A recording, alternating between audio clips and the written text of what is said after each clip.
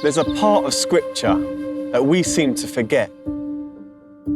It speaks that we should seek the Lord our God with all our heart and all our soul, and that to be like Him is our ultimate goal. Yet, strip down our lives and what do you get? We're treating Jesus as just our safety net.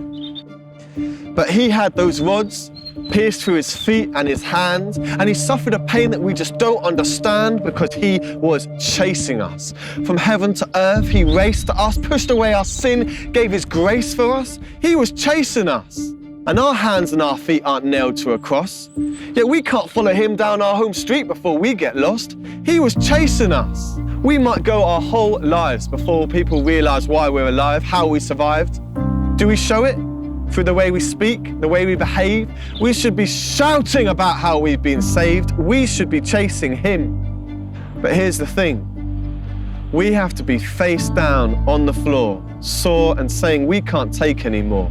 Out of ideas, low on hope, realizing that in ourselves we can't cope before we truly reach out for Him.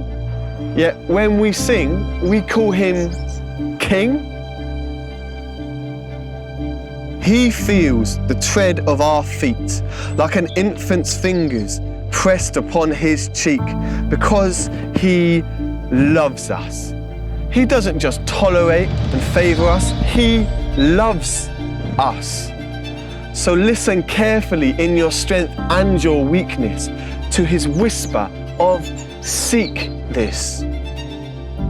He gave us freedom in our salvation. He taught us how to change nations through one-to-one conversations. And you realize that to chase Him is to chase those that don't yet know Him as King. So you place your footsteps in His and you run by what you believe. Carved in your heart the living words that He breathed. You chase Him whilst your cup's still hot in the coffee shop, taking the chance to speak to those around you about the love that you've got in Him. And you chase Him in panic for the lost and weary.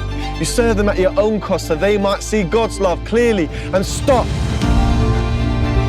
You chase Him in humility by stripping down to simplicity and simply taking the time to be still.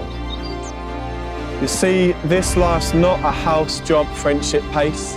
It's a race to show God's saving grace. So step up, step with the Spirit and seek God's face. The time is now, so start the chase.